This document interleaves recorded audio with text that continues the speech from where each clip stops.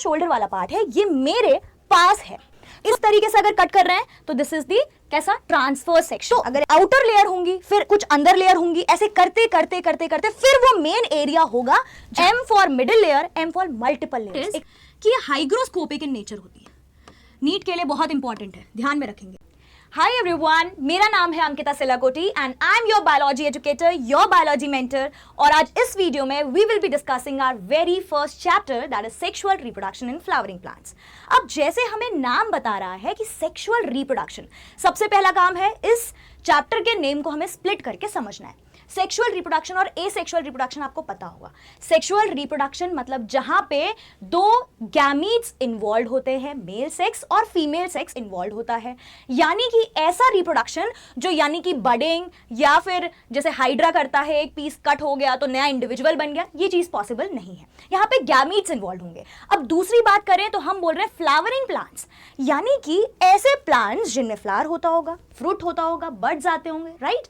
वही फ्लावर्स के बारे में आज हम डिस्कस करेंगे जो फ्लावर कभी ना कभी अपने अपने पार्टनर या अपने पेरेंट्स या एस्थेटिक पर्पस के लिए, ऑर्नामेंटल पर्पस के लिए या रिलीजियस सोशल पर्पस के लिए हम यूज करते हैं। बट क्या वो फ्लावर्स सिर्फ एस्थेटिक पर्पस के लिए होते हैं? क्या उनकी सुंदरता सिर्फ देखने के लिए है? Actually it is not. वो सेक्सुअल रिप्रोडक्शन का एक मोड है, यानी कि हमें तो ये पता है कि जो प्लांट्स होते हैं वो मूव नहीं कर पाते हैं, तो वो कैसे सेक्सुअल रिप्रोडक्शन करेंगे? तो वो इन्हीं अट्रैक्टिव ब्राइट जो कलरफुल फ्लावर्स होते हैं उनके थ्रू सेक्सुअल रिप्रोडक्शन करते हैं। तो इस चैप्टर में बेटा जी हम मेनली क्या पढ़ने वाले हैं, फ्लावर का स्ट्रक्चर देखेंगे और किस तरीके से फ्लावरिंग प्लांट्स यानी कि एंजियोस्पर्म्स, ना जिम्नोस्पर्म, ना थैलोफाइटा, ना एल्गी, ना ब्रायोफाइटा, बल्कि पर्टिकुलरली एंजियोस्पर्म्स के बारे में हम डिस्कस करेंगे। Got it? तो यहां पे हमें ब्रीफिंग पता चल गई। तो मेनली जो फर्टिलाइजेशन होता है बेटा जी, उससे पहले भी कुछ इवेंट्स होते हैं, मतलब ऐसे इवेंट्स जिसमें वो तैयारी कर रहा है, वो सारी चीजें जो जरूरत की हैं एक फर्टिलाइजेशन करने के लिए, वो सारी प्रोसेसेस को करेगा, जिनको हम काउंट करते हैं प्री फर्टिलाइजेशन इवेंट्स। यानी कि प्री मतलब फर्टिलाइजेशन से पहले वाले इवेंट्स, यानी कि वो अपने रिप्रोडक्टिव ऑर्गन्स को तैयार करेगा, मैच्योर करेगा ताकि वो गैमीट्स रिलीज हो। देन आएगा आपका फर्टिलाइजेशन फेज। ये अभी मैं क्या बता रही हूं आपको, ब्रीफिंग कर रहे हैं कि उसको 3 कैटेगरीज में हमने डिवाइड किया है, pre fertilization events, then fertilization, then post fertilization. एक बारी जब फर्टिलाइजेशन हो गया तो उसी से तो हमारा सीड बनेगा। जो फर्दर मॉडिफिकेशन होंगी, जो इवेंट्स आफ्टर फर्टिलाइजेशन होंगे, वो आएंगे आपके पोस्ट फर्टिलाइजेशन इवेंट्स में। तो सबसे पहले हम शुरुआत करते हैं एक बहुत ही सुंदर फ्लावर के स्ट्रक्चर को। अभी तक तो सिर्फ गिफ्टिंग पर्पस के लिए यूज किया है, सोशल पर्पस के लिए यूज किया, अब हम देखेंगे इसका पूरा स्ट्रक्चर और आपको ये 2 मार्क्स में बनाने को भी आता है। तो शुरुआत करते हैं अगर हम, तो सबसे पहले हम देखेंगे कि यहां पे आपको एक स्टॉक नजर आ रही है, करेक्ट। स्टॉक से शुरुआत करनी है, देखते चलना किस तरीके से हमें इस डायग्राम को बनाना होगा। सबसे पहले एक स्टॉक होती है और उसको हम स्टॉक या पेडिसल बोलते हैं, correct. Then we are seeing that here it is a bulging part. उस स्टॉक का एक बल्जिंग पार्ट आपको नजर आ रहा है, उस स्टॉक के बल्जिंग पार्ट को हम बोलते हैं बेटा थैलेमस। क्या बोलते हैं? थैलेमस, उस स्टॉक के बल्जिंग पार्ट को। अब ये वो बल्जिंग पार्ट ही है जिसके ऊपर अदर फ्लोरल पार्ट्स होंगे। फ्लोरल पार्ट्स बोले तो सेपल्स देखे हैं हमने, colourful bright pink, yellow petals देखे हैं, जिसके बेसिस पे डिफरेंट टाइप्स ऑफ फ्लावर्स होते हैं, ठीक है। तो सबसे पहले जो एक ग्रीन कलर का सेपल हमें नजर आ रहा है वो किस पे है? थैलेमस में है। तो सबसे आउटर मोस्ट वोल्ड या सबसे आउटर मोस्ट पार्ट अगर हमसे पूछा जाए तो क्या है? Sepal, correct. देन हम यहां पे देख रहे हैं कि बहुत सारे कलरफुल पेटल्स होते हैं। अभी यहाँ पे हमने पिंक पेटल बनाया है, वैसे ही अदर बहुत सारे पेटल्स होते हैं कलरफुल। ये क्यों होते होंगे? क्योंकि उन्हें वो मूव तो नहीं कर सकते, उन्हें करना है फर्टिलाइजेशन, तो अब कैसे होगा? वो अट्रैक्ट करेंगे बहुत सारे इंसेक्ट्स, बीज, क्योंकि उन्हीं के थ्रू तो उनका पॉलन ग्रेन, मेल गैमीट इधर से उधर जाएगा, करेक्ट, क्योंकि वो नॉन मोटाइल है ना। तो ये हो गए आपके पेटल्स, ठीक है, इसको हमने बोल दिया पेटल, करेक्ट। उसके बाद हम यहाँ पे देख रहे हैं कि यहाँ पे ये जो पार्ट है that is anther and the filament. अब ये एंथर और फिलामेंट क्या है? तो this is the male reproductive part, क्योंकि हमने बोला जो ये फ्लावर है ना बेटा जी, ये क्या है? एक रिप्रोडक्टिव स्ट्रक्चर है जिसके थ्रू एक प्लांट क्या है? सेक्सुअल रिप्रोडक्शन परफॉर्म करता है। तो ये है उसका male part, this is the anther part and this is the जो स्टॉक आपको नजर आ रही है दैट इज द फिलामेंट। अभी और इसको हम समझेंगे डिटेल में, ठीक है। देन वी हैव ये जो पार्ट आपको दिख रहा है इसमें होगी आपकी फीमेल गैमीट, इसके अंदर है फीमेल गैमीट, जिसको आप पीसी प्रियंका चोपड़ा से याद कर सकते हैं, that is pistil and carpel. ये क्या है आपका फीमेल रिप्रोडक्टिव पार्ट। और जो मेल रिप्रोडक्टिव पार्ट है जिसको हम स्टेमेन बोल रहे हैं मिलके, एंथर एंड द फिलामेंट, इसको कलेक्टिवली हम क्या बोलेंगे, स्टेमेन बोलेंगे, करेक्ट। और ये बेटा जी एंड्रोशियम कहलाया जाता है। अब जो फीमेल पार्ट है उसको क्या बोलते हैं, गाइनोशियम, जैसे आपने गायनिकोलॉजिस्ट सुना होगा, करेक्ट, फीमेल डॉक्टर जो रहती हैं पर्टिकुलरली, राइट, तो वो गायनिकोलॉजिस्ट से ही आप याद रखेंगे गाइनोशियम, यानी कि ये फीमेल रिप्रोडक्टिव पार्ट है ऑफ द फ्लावर, करेक्ट हो गया। अगर पूछें कि फीमेल रिप्रोडक्टिव पार्ट के कितने पार्ट्स, तो 3 parts, stigma, this is the landing platform, and then there is style, and this is the ovary. अब इसको हम डिटेल में समझेंगे, इतनी बात समझ में आई। अब मैम आपने कैलेक्स, कोरोला ये सब भी लिखा है, ये क्या है, तो बेटा आपसे पूछेंगे कि जो आउटर मोस्ट वॉल है दैट इज सेपल, जो ग्रीन कलर के सेपल्स हमें नजर आ रहे हैं उनके ग्रुप को क्या बोलते हैं, ठीक है। तो ग्रुप ऑफ सेपल्स को हम बोलेंगे कैलिक्स। इसको इसी तरीके से इसी सीक्वेंस में याद रखना है, ठीक है। सबसे आउटर मोस्ट में क्या है आपका, सेपल है, ठीक है, और ग्रुप ऑफ सेपल्स वो क्या है, कैलिक्स है, करेक्ट हो गई बात। Then we have colourful petals, और उनके ग्रुप को हम बोलते हैं करोला, यानी कि outer most calyx then corolla, correct हो गई। उसके बाद हमने बोला फीमेल पार्ट को गाइनोशियम और मेल पार्ट को हमने बोला स्टेमेन या फिर एंड्रोशियम, करेक्ट। अब हम यहाँ पे ये है आपका एनसीईआरटी का डायग्राम, क्योंकि नीट में बेटा आपको डायरेक्टली एनसीईआरटी का डायग्राम दिया जाता है, तो आपको पूरी चीजें क्लियर होनी चाहिए। क्या यहाँ पे अभी तक कोई भी आपको डाउट रहेगा, फटाफट से हम यहाँ पे देख लेते हैं। This is the filament, correct, यहाँ पे दिख रहा है, दिस इज द एंथर, और एंथर का जो स्टॉक दिख रहा है दिस इज द फिलामेंट, और ये आपको कलरफुल पार्ट्स दिख रहे हैं, पेटल्स दिखा है। सबसे आउट नीचे यहाँ पे ओवरी दिख रही है आपको, ये जो ग्रीन कलर का पार्ट है दिस इज द सेपल, और group of sepal is calyx, ठीक है। उसके बाद यहाँ पे आपको स्टाइल नजर आ रही है, ये जो स्टॉक वाला पार्ट है, और this is the landing platform जिसको हम बोल रहे हैं स्टिग्मा, यानी कि stigma, style and this is the bulging part, ovary. तो फीमेल पार्ट के 3 पार्ट्स हैं, ठीक है, स्टिग्मा, स्टाइल एंड ओवरी। तो ये एनसीईआरटी का डायग्राम भी हमने देख लिया। देन वी हैव, अब जो हमने 4 वोल्स पढ़े, उस एंजियोस्पर्मिक फ्लावर में 4 वोल्स है। आउटर मोस्ट क्या था हमारा, sepal, then there is colourful petals, उसके अंदर क्या थे, anther filament male part, stigma, style and ovary female part. इतनी बात क्लियर हुई हमें, ठीक है। तो ये जो 4 वोल्स हैं इसमें से हमने 2 आउटर मोस्ट जो वोल्स की बात करी, सेपल बोला या पेटल बोला, क्या यहाँ पे मेल गैमीट या फीमेल गैमीट यानी कि कोई भी गैमीट बन रहा है, नहीं बन रहा है।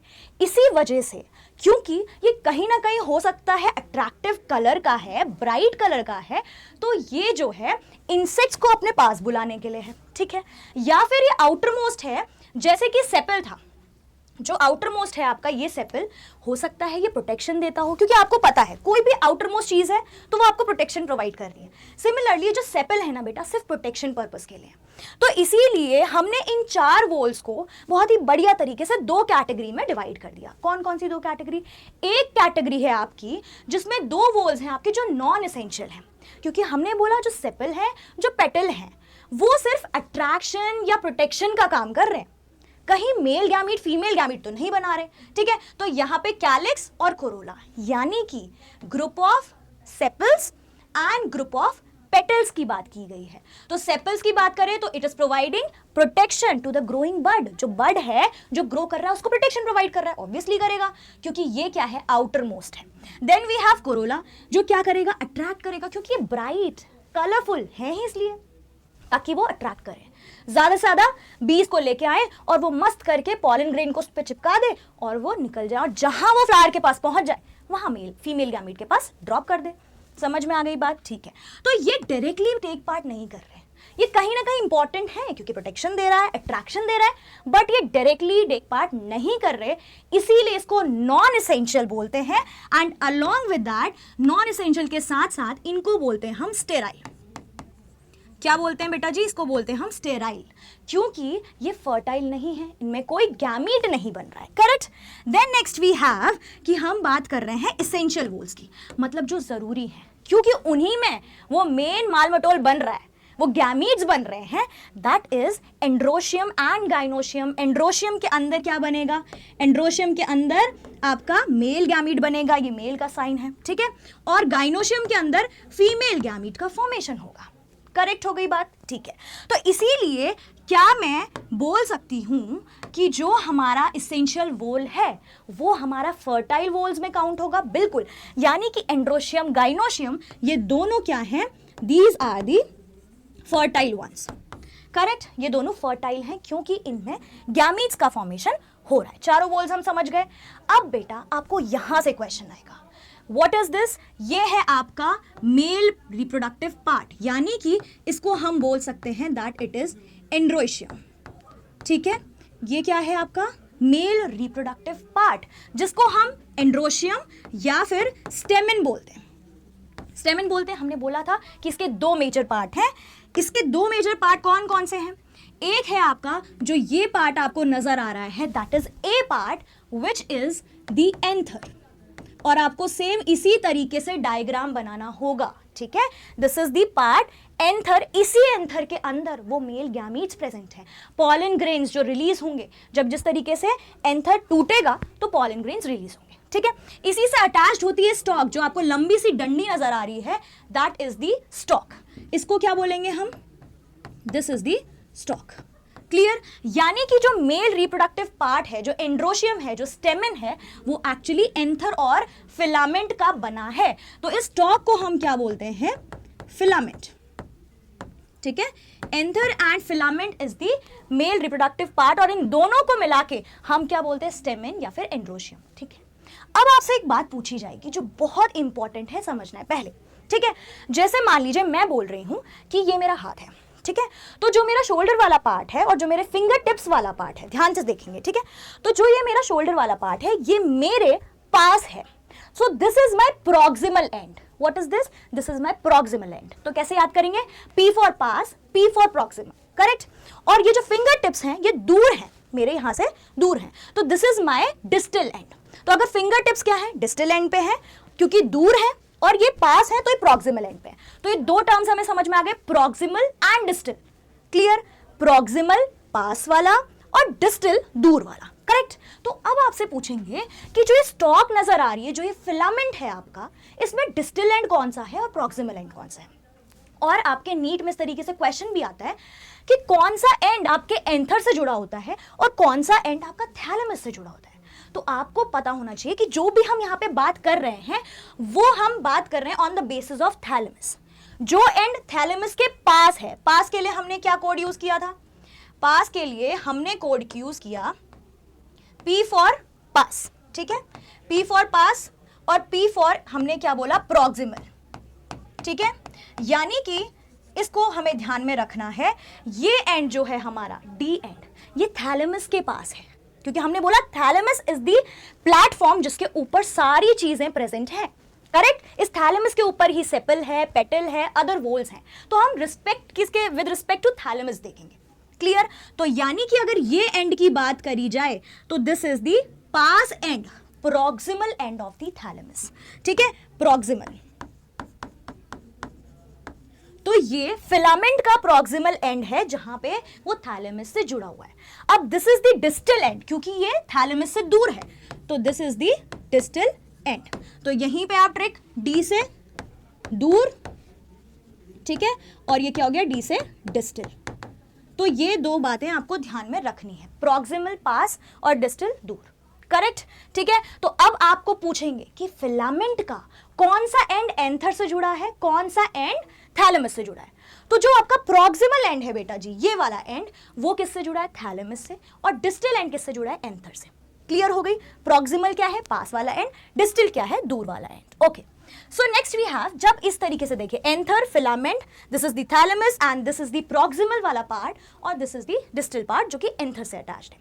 अब जब इस एंथर को, ये एंथर है, इसको हम इस तरीके से कट करते हैं, यानी कि ट्रांसफर सेक्शन करते हैं। आपको पता है ये अगर एंथर है, इसको इस तरीके से कट कर रहे हैं, यानी कि हम ट्रांसफर सेक्शन कट कर रहे हैं। अगर ऐसे करेंगे यानी कि हम लॉन्गिट्यूडनल सेक्शन कट कर रहे हैं। आपको ये दो टर्म्स एकदम क्लियर होने चाहिए, आपके प्रैक्टिकल्स में भी काम आएगा, ठीक है। इस तरीके से अगर कट कर रहे हैं तो दिस इज द कैसा ट्रांसफर सेक्शन, अगर ऐसे कट कर रहे हैं यानी कि लॉन्गिट्यूडनल सेक्शन। तो जब एक एंथर को हम इस तरीके से कट करते हैं यानी कि हम इसका ट्रांसफर सेक्शन करते हैं, तो हमें क्या चीज नजर आती है, ये डायग्राम आपका एनसीईआरटी में है, इसको बहुत ध्यान से देखना है क्योंकि it is very very important. चलिए, तो जब ये हमारा यहाँ पे इस तरीके से हम जब इसको यहाँ से कट करते हैं, ओके जब हमें इस तरीके से यहाँ से ऐसे कट करेंगे तो हमें क्या देखने को मिलेगा, हमें ये देखने को मिलेगा कि इसमें कुछ ऐसा स्ट्रक्चर हमें देखने को मिलेगा। हमें ये लोब्स अंदर नजर आएंगे, उसके अंदर पॉलन ग्रेन्स नजर आएंगे। इसको हम डिटेल में नेक्स्ट स्लाइड में देखते हैं। ये आपको स्ट्रक्चर देखने को मिलेगा। तो जो हमारा एंथर आता है ना बेटा, उसके 4 लोब्स देखने को मिलते हैं हमें।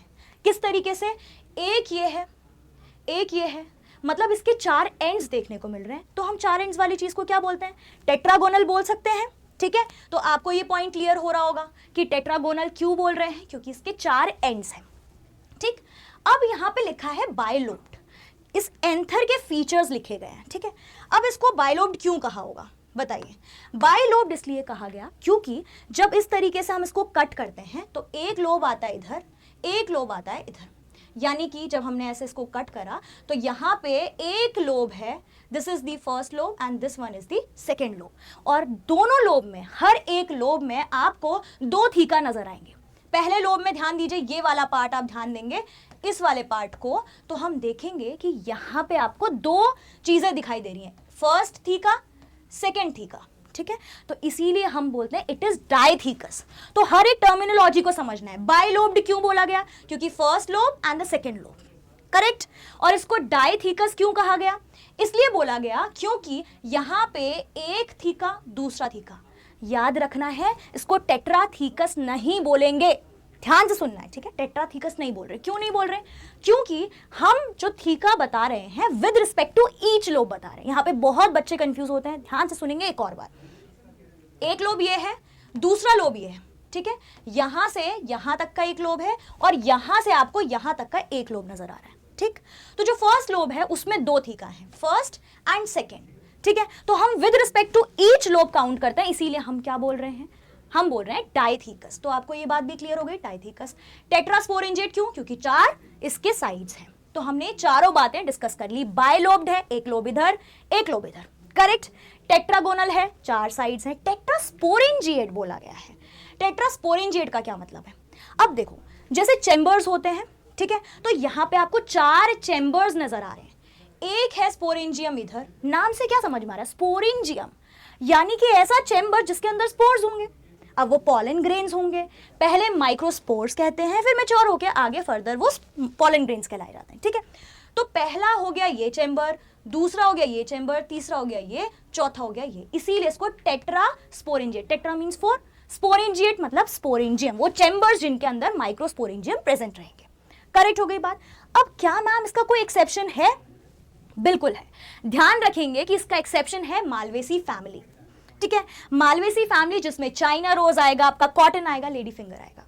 ठीक है, अब इनमें क्या होगा, जस्ट आपको कुछ नहीं करना, जो ये हमने जनरल फीचर्स देखे हैं, मतलब अदर देन मालवेसी फैमिली, हर किसी में आपको ये मिलेगा, और इसका जस्ट हाफ कर दो तो मालवेसी फैमिली में मिलेगा। फॉर एग्जाम्पल यहाँ पे क्या बोला गया है कि जो मालवेसी फैमिली है उसमें यूनिलोब्ड मिलेगा।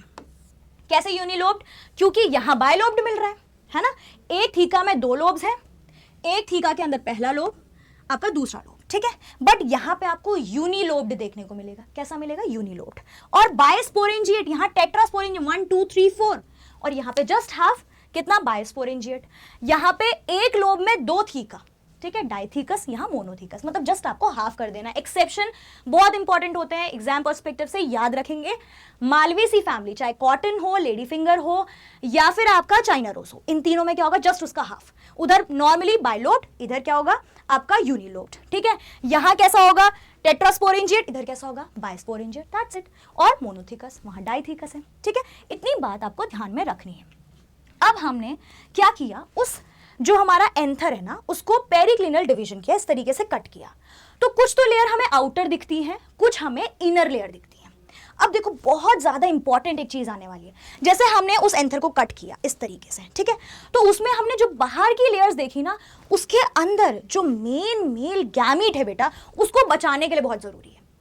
तो आउटर लेयर होंगी, फिर कुछ अंदर लेयर होंगी, ऐसे करते करते करते करते फिर वो मेन एरिया होगा जहां पे आपका पॉलन ग्रेन होगा। तो इसको हमने आउटर एरिया में और आपके इनर एरिया में डिवाइड कर दिया। आउटर को क्या बोलते हैं कि पेरीफेरी, पेराइटल, ऐसे वर्ड सुने होंगे। तो हमने बोला कि जो आउटर लेयर है that is parietal layer, periphery वाला लेयर, ठीक है। तो वहां पे एंथर की वॉल बना रहा होगा, डेफिनेटली बनाएगा। तो अब हमें एक बात तो पता है कि जो हमारी आउटर मोस्ट स्किन होती है उसको हम एपिडर्मिस बोलते हैं। AP means outer most, dermis मतलब स्किन, ठीक है। तो यहां पे फर्स्ट जो लेयर आएगी that is epidermis, correct. AP के बाहर मतलब एपी हम बोलते हैं आउटर मोस्ट, एपी के अंदर अंदर एंडो, ठीक है। तो ये हो जाएगा एंडोथीशियम। तो हमें सीक्वेंस में याद रखना है, सबसे आउटर मोस्ट एपिडर्मिस, उसके अंदर एंडोथीशियम। अब बीच में आएंगे कुछ लेयर्स, उनको क्या बोलेंगे, मिडिल लेयर, करेक्ट। उनको बोलेंगे हम मिडिल लेयर्स। और यहीं से याद रख लो कि मिडिल लेयर, एम से मिडिल लेयर, एम से मल्टीपल लेयर्स। अभी हम डायग्राम में देखेंगे कि एपिडर्मिस भी सिंगल है, एंडोथीशियम भी सिंगल है, but M for middle layer, M for multiple layers. वो जो मिडिल लेयर है वो एक लेयर नहीं दिखाई देगी, 2 से 3 लेयर्स हमें देखने को मिलेंगे। याद हो गया, ठीक है। उसके सबसे अंदर वेरी इंपॉर्टेंट, जहां से बहुत ज्यादा क्वेश्चंस आते हैं, दैट इज द टेप्टम लेयर। जो मेन रोल वाला जो एरिया है जहां पॉलन ग्रेन बनेंगे उसके सबसे करीब है। तो बहुत इंपॉर्टेंट है क्योंकि वही नरिशमेंट प्रोवाइड करेगा सो दैट वो क्या कर सके, प्रॉपर तरीके से बन सके, ठीक है। तो ये सारी लेयर कहां गई, एंथर के वॉल में। अब बीच में आएंगे वो सेल्स जिनसे एक्चुअली आपका पॉलन ग्रेन बनना, ठीक है। तो वो लेयर्स, वो उन सेल्स को बोलते हैं बेटा स्पोरोजिनस लेयर। उस लेयर में ना बहुत ही कॉम्पैक्टली अरेंज्ड, आपस में एकदम एक जैसे सेल्स होते हैं, कॉम्पैक्टली अरेंज्ड होते हैं, और वही आगे चल के आपका पॉलन ग्रेन बनाते हैं। उसमें एक बहुत ही इंपॉर्टेंट प्रोसेस होती है माइक्रोस्पोरोजेनेसिस, जो हम अपने नेक्स्ट लेक्चर में पढ़ेंगे। That is very important, question वहां से आता है, ठीक है। तो स्पोरोजिनस लेयर जहां पे माइक्रोस्पोर मदर सेल, नाम क्या बता रहे हैं, माइक्रोस्पोर मदर सेल, मतलब माइक्रोस्पोर को जो बनाएगा उसका मदर सेल है ये, ठीक है। माइक्रोस्पोर को बनाएगा, और ये माइक्रोस्पोर क्या है, एक्चुअली जो मैच्योर होके पॉलन ग्रेन बनाएंगे, करेक्ट, ठीक है। तो यही माइक्रोस्पोर आगे चल के जब और मैच्योर होंगे, बड़े हो जाएंगे, मैच्योर हो जाएंगे, तो ये क्या बनाएंगे, आपके पॉलन ग्रेन बनाएंगे। अब यहाँ पे मैंने ऑलरेडी मेंशन किया क्योंकि बहुत सारे बच्चों को कंफ्यूजन होगा, दैट यंग में हम इसको माइक्रोस्पोरेंजियम बोलते हैं, उस चेंबर को जिसके अंदर माइक्रोस्पोर्स होते हैं। क्योंकि हमने बोला पहले माइक्रोस्पोर्स होते हैं, फिर वो मैच्योर होके हमारे क्या बनते, पॉलन ग्रेन। तो जब वो माइक्रोस्पोर्स कहलाए जा रहे हैं, तो वो किसके अंदर होंगे बताओ, वो ऑब्वियसली उस चेंबर के अंदर होंगे जिसका नाम माइक्रोस्पोरेंजियम होगा। यानी कि माइक्रोस्पोरेंजियम अगर हम बोल रहे हैं तो उसके अंदर है माइक्रोस्पोर्स। अब जब वो पूरा मैच्योर हो रहा है तो अब वो हो जाएगा पॉलन सैक, वो चेंबर जिसके अंदर पॉलन ग्रेन्स हैं, क्योंकि वो माइक्रोस्पोर्स अब मैच्योर होके पॉलन ग्रेन्स बन चुके हैं, करेक्ट। चलो अब ये डायग्राम देखेंगे, जो चीजें हमने पढ़ ली हैं बस वही है। तो अब हमने अभी तक क्या पढ़ा, अभी तक हमने पढ़ा कि हमारा जब एंथर हम पेरिक्लिनल डिवीजन करते हैं तो कुछ आउटर लेयर्स मिलती हैं, कुछ इनर वाला पार्ट मिलता है। आउटर लेयर्स जो हैं वो एंथर की वॉल है। वो क्या है, एंथर की वॉल। ध्यान में रखेंगे कौन कौन सी एंथर की वॉल है। सबसे outer most AP word use करते हैं, डर्मिस यानी कि स्किन या आउटर मोस्ट लेयर। तो हमने बोला सबसे आउटर मोस्ट लेयर जो आपको ये दिखाई दे रही है that is the epidermis, correct. इसके बाद अंदर आएंगे एंडो, इनसाइड आ रहे हैं, ठीक है। तो दैट इज द एंडोथीशियम, ये जो आपको ब्लू लेयर दिख रही है दैट इज द एंडोथीशियम। अब उसके अंदर M for middle layer, M for multiple layers. एक सिंगल लेयर मिली क्या, नहीं। यहां पे हम देख रहे हैं एक लेयर ये है, एक लेयर ये है, तो यानी कि हमें 2 लेयर्स दिखाई दे रही हैं, 3 भी हो सकती है, मल्टीपल लेयर्स देखने को मिलेगी। याद रखना that is the middle layer, correct. अब उसके अंदर ये क्या आया, दैट इज द टेप्टम, और यही है जो नरिशमेंट प्रोवाइड करेगा of the developing pollen grains. अब सबसे अंदर आ गया ये पॉलन सैक, जिसके अंदर एक्चुअली पॉलन ग्रेन बनेंगे। अभी जिसको हम माइक्रोस्पोरेंजियम ही बोल रहे हैं क्योंकि इसके अंदर वो स्पोरोजिनस टिश्यूज हैं जो आगे चल के मैच्योर होके पॉलन ग्रेन बनाने वाले हैं। तो हमने क्या देखा, सबसे आउटरमोस्ट एपिडर्मिस, उसके अंदर एंडोथीशियम, उसके अंदर मिडिल लेयर, कितनी लेयर, मल्टीपल लेयर्स, और सबसे अंदर जो अटैच्ड है या जो सबसे करीब है किसके, पॉलन ग्रेन्स के, दैट इज द टेप्टम। याद रखना है कि जो आउटरमोस्ट है, आपसे क्वेश्चन ऐसे भी पूछा जाएगा कि ये जो लेयर है वो आउटर मोस्ट है, ठीक है, और उसके अंदर सेकेंड में आएगा। ये आपको अरेंज करने को आ सकता है आउटर से इनर की तरफ को, और सबसे इनर मोस्ट कौन सी है? That is the टेप्टम। करेक्ट, इतनी बात ध्यान में रहेगी। ठीक है, अब जो ये हम बोल रहे हैं कि इसके अंदर, किसके अंदर? आपका जो ये चेंबर है जिसके अंदर बहुत सारे स्पोरोजिनस सेल्स हैं, ये हैं क्या? अभी मैंने बताया एक जैसे दिखने वाले बहुत सारे कॉम्पैक्टली अरेंज्ड सेल्स हैं जिनको हम स्पोरोजिनस सेल्स बोल रहे हैं। और ये वही सेल्स हैं, पता है, जिनसे मैच्योर होके आपका माइक्रोस्पोर मदर सेल्स बनेंगे। यानी कि अपने आप में डिसाइड कर लेंगे, ठीक है, ये सेल जाएगा माइक्रोस्पोर मदर सेल बनने, यानी कि एक ऐसा सेल बनेगा जो आगे चल के माइक्रोस्पोर बनाएगा, और फिर फर्दर मॉडिफिकेशन होके वो डेफिनेटली आगे चल के पॉलन ग्रेन बनेगा। करेक्ट, तो ये क्या है आपका? ये है आपका होमोजीनस सेल्स। होमोजीनस, आपको नाम से क्या समझ में आ रहा है? होमो मीन्स क्या होता है? Same, hetero means different. ठीक है, तो ये एक जैसे दिखने वाले मान लीजिए इस तरीके के सेल्स हैं। ठीक है, और ये होमोजीनस हैं और कॉम्पैक्टली अरेंज्ड हैं, आपस में बहुत ज्यादा कॉम्पैक्टली अरेंज्ड हैं, बहुत पास पास हैं, कॉम्पैक्टली अरेंज्ड सेल्स हैं। करेक्ट बात। स्पोरोजिनस टिश्यूज की डेफिनेशन पूछी जाती है, व्हाट आर स्पोरोजिनस टिश्यूज या सेल्स? ऐसे सेल्स जो आपके माइक्रोस्पोरेंजियम के अंदर कॉम्पैक्टली अरेंज्ड हैं और जो आगे चल के माइक्रोस्पोर मदर सेल बनाएंगे। ठीक है, ये बहुत अच्छे से आपको समझ में आएगा जब हम माइक्रोस्पोरोजेनेसिस पढ़ेंगे। ठीक है, तो यहां तक हमने सारी चीजें कर ली। ये क्या बना रहा है? Microspore mother cell. उसके बाद आगे चल के, क्योंकि माइक्रोस्पोर मदर सेल नाम है ना, तो क्या बनाएगा? माइक्रोस्पोर्स बनाएंगे, और ये फर्दर आगे चल के पॉलन ग्रेन बनाएगा। और याद रखेंगे बेटा कि पॉलन ग्रेन मेल गैमीट नहीं है। बहुत सारे बच्चे कहेंगे pollen grain is the male gamete. No, pollen grain के अंदर मेल गैमीट होता है। पॉलन ग्रेन तो वो गैमीटोफाइट है, यानी कि वो गैमीट की बॉडी है जिसके अंदर पॉलन ग्रेन बनेगा। करेक्ट, ठीक है, तो ध्यान रखेंगे मेल गैमीट पॉलन ग्रेन जब मैच्योर हो जाता है उसके बाद बनता है। ये आपका एनसीईआरटी का डायग्राम है। क्यों लेके आए हूं? क्योंकि यहीं से डायरेक्टली स्ट्रेट फॉरवर्ड आजकल नीट में क्वेश्चंस आ रहे हैं। आपको एक कोई भी लेबलिंग छुपा दी होगी और बताना होगा। तो मैंने आपको बोला था आउटर मोस्ट लेयर क्या है? एपिडर्मिस। ध्यान रखेंगे। उसके बाद क्या है आपका? एपिडर्मिस। एपी के बाद endo, endothecium. Then there is middle layer, multiple layers आपको दिख रही हैं। ठीक है, देन देयर इज टेप्टम जो कि आपकी इनर मोस्ट लेयर है, और उसके अंदर आप देख रहे होंगे ये वो चैम्बर है जिसमें आपको बहुत सारे पॉलन ग्रेन्स दिखेंगे बट मैच्योर होने के बाद। ये हमने कहां से लिया है? इसका जूम्ड वर्जन लिया है। ठीक है, यहाँ पे बीच में कुछ कनेक्टिव सेल्स आपको देखने मिलेंगे। यहाँ पे आपको 4 क्या मिल रहे हैं? माइक्रोस्पोरेंजियम मिल रहे हैं जिसके अंदर माइक्रोस्पोर्स आपके प्रेजेंट हैं। ठीक है, अब 1 बाय 1 बस हमें क्या करना है? लास्ट पोर्शन रहा है, एनर्जी हमारी सेम रहनी चाहिए। ठीक है, एपिडर्मिस सब पढ़ चुके, बस वो हम रिवाइज कर रहे हैं। एपिडर्मिस पहला पॉइंट लिखेंगे outer most, simple as that.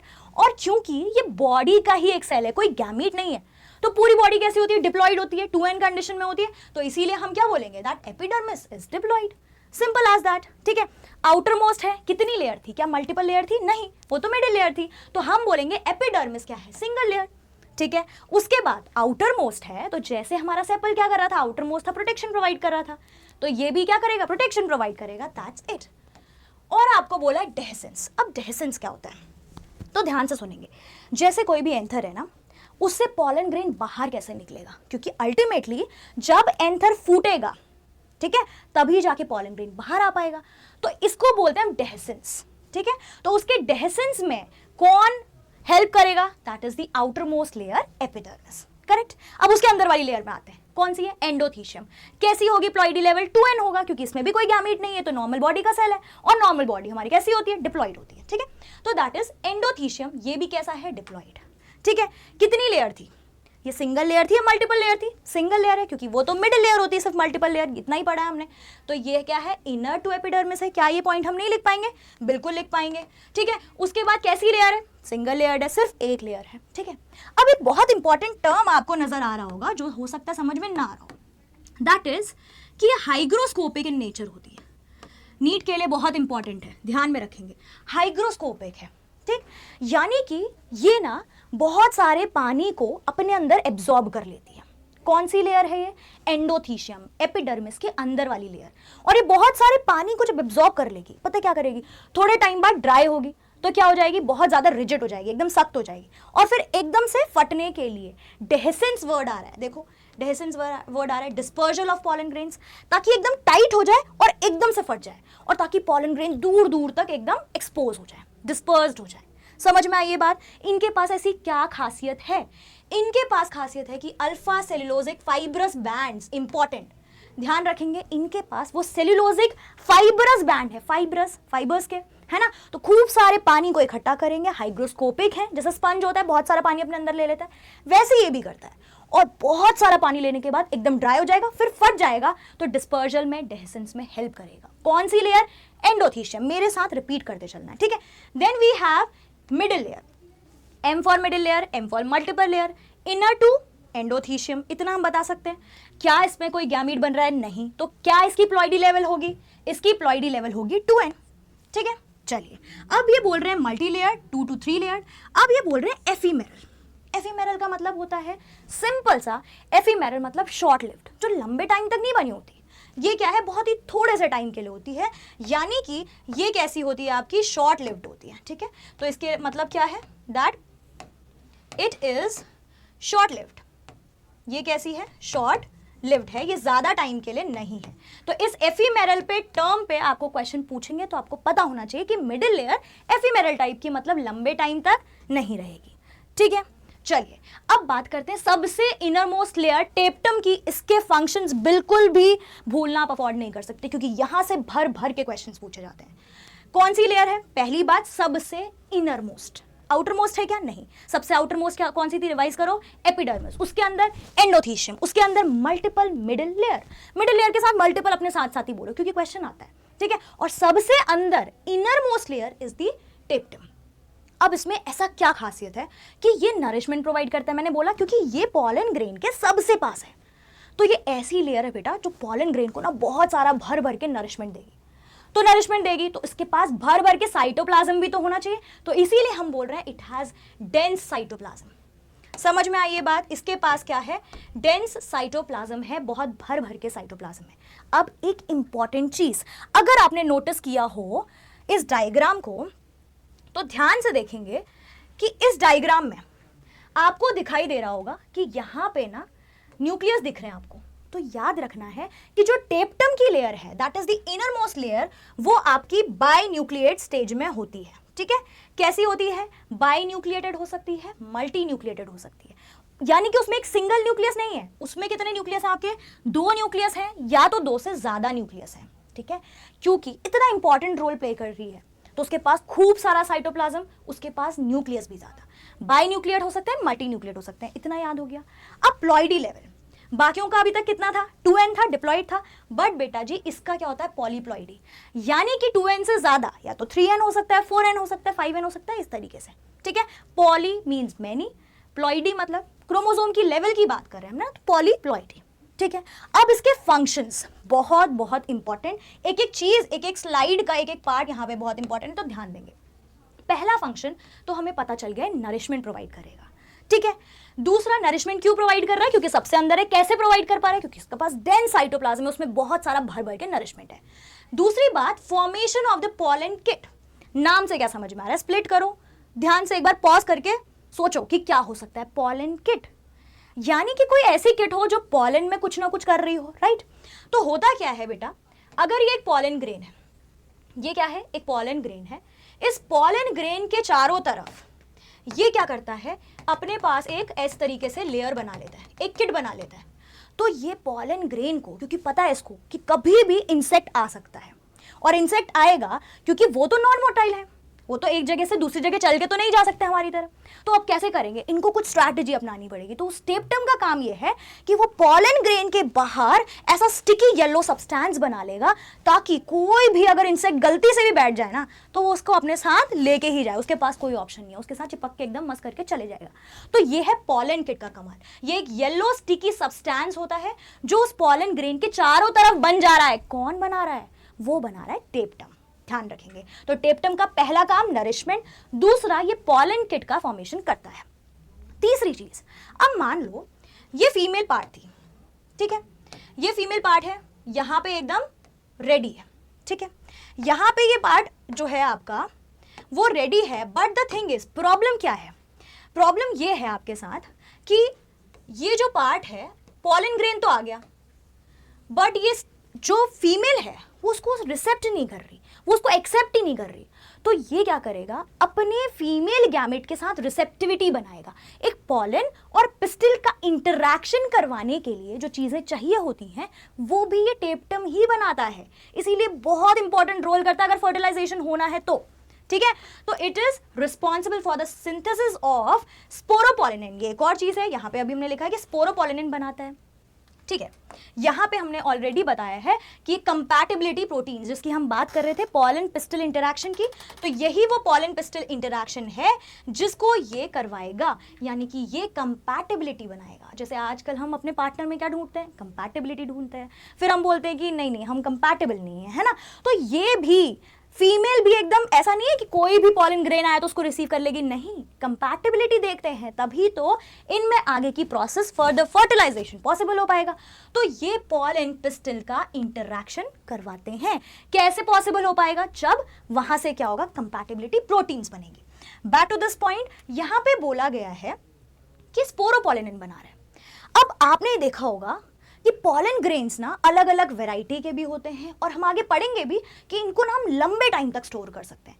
क्यों, क्योंकि उसके बाहर पे एक बहुत ही रिजिड एक ऐसी लेयर होती है जिसको हम बोलते हैं स्पोरोपोलिनिन।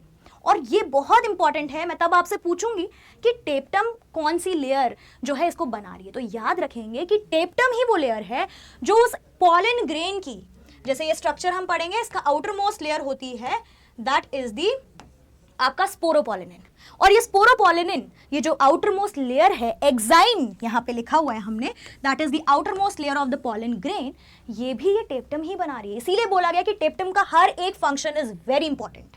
ठीक है, तो ध्यान रखना है कि आउटर मोस्ट लेयर जो स्पोरोपोलिनिन है वो भी कौन बना रहा है, टेप्टम बना रहा है। साथ साथ रिवाइज करते चलेंगे, और कंपैटिबिलिटी प्रोटीन भी बना रहा है अलॉन्ग विद दैट। अब अगर ये एक फीमेल पार्ट है, करेक्ट, इसके ऊपर एक आपका पॉलन ग्रेन आके लैंड करा, तो अगर एक पॉलन ग्रेन लैंड कर रहा है तो इसको, इस पॉलन ग्रेन को, इस पर्टिकुलर पार्ट को डाइजेस्ट करके ही तो अंदर जाएगा। कौन से पर्टिकुलर पार्ट की हम बात कर रहे हैं, ये वाला पोर्शन, जो आपका पोर्शन है यहां से लेके यहां तक। क्योंकि हमें पता है ये पॉलन ग्रेन नीचे पॉलन ट्यूब तभी बना पाएगा जब वो पर्टिकुलर टाइप आपका डाइजेस्ट हो पाएगा। तो उसको डाइजेस्ट करने के लिए आपका सेल्यूलेज, कैलेज एंजाइम, पैक्टिनेज एंजाइम बनेगा। क्योंकि हमें पता है कि प्लांट्स के जो सेल हैं वो सेल्यूलोज, पैक्टिन, इन सब के बने होते हैं, ये पता है। जैसे हम बोलते हैं DNAs, DNA digesting enzyme, right, protease, protein digesting enzyme, वैसे ही कैलेज, दैट इज आपका callose digesting enzyme, cellulase, cellulose digesting enzyme, ठीक है, पैक्टिनेज, पैक्टिन डाइजेस्टिंग एंजाइम। अब ये इंडोल एसिटिक एसिड है, that is also very important for further processes, ये भी हम देखेंगे। ठीक है, एक बार वापस से हम सारी चीजें इसमें देखते हैं कि आपके टेप्टम में सबसे पहले नरिशमेंट प्रोवाइड करेगा। नरिशमेंट के साथ साथ ये क्या कर रहा है, वो पॉलन किट का फॉर्मेशन कर रहा है ताकि मस्त करके एकदम चिपक के कहाँ चले जाए, फीमेल के पास पहुंच जाए। पॉलन पिस्टल का इंटरैक्शन इसके वजह से पॉसिबल हो पा रहा है, और जो पॉलन ग्रेन इतने लंबे टाइम तक प्रिजर्व कर सकते हैं, जो उनमें हमें एकदम रिजिडिटी प्रोवाइड करते हैं, बहुत ज्यादा रेजिस्टेंस प्रोवाइड करते हैं, that is due to sporopollenin. और बहुत इंपॉर्टेंट, तब मैं पूछूंगी कि स्पोरोपोलिनिन कौन सी लेयर बना रही थी, तो एंथर की वॉल की inner most layer, that is टेप्टम, correct. उसके बाद हमने बोला एंजाइम्स बनाते हैं, सेल्यूलेज, पैक्टिनेज, और आपका इंडोल एसिटिक एसिड, और पॉलन पिस्टल इंटरैक्शन में हेल्प करने के लिए जो भी कंपैटिबिलिटी प्रोटीन्स होती हैं उनको ये बनाते हैं। ठीक है, that's it for this video. अगर आपको ये वीडियो अच्छा लगा हो तो इसको अपने फ्रेंड्स के साथ शेयर करेंगे, और आपकी जो भी डाउट्स हो, क्वेरी हो, वो कमेंट सेक्शन में आप पूछ सकते हैं। Thank you so much.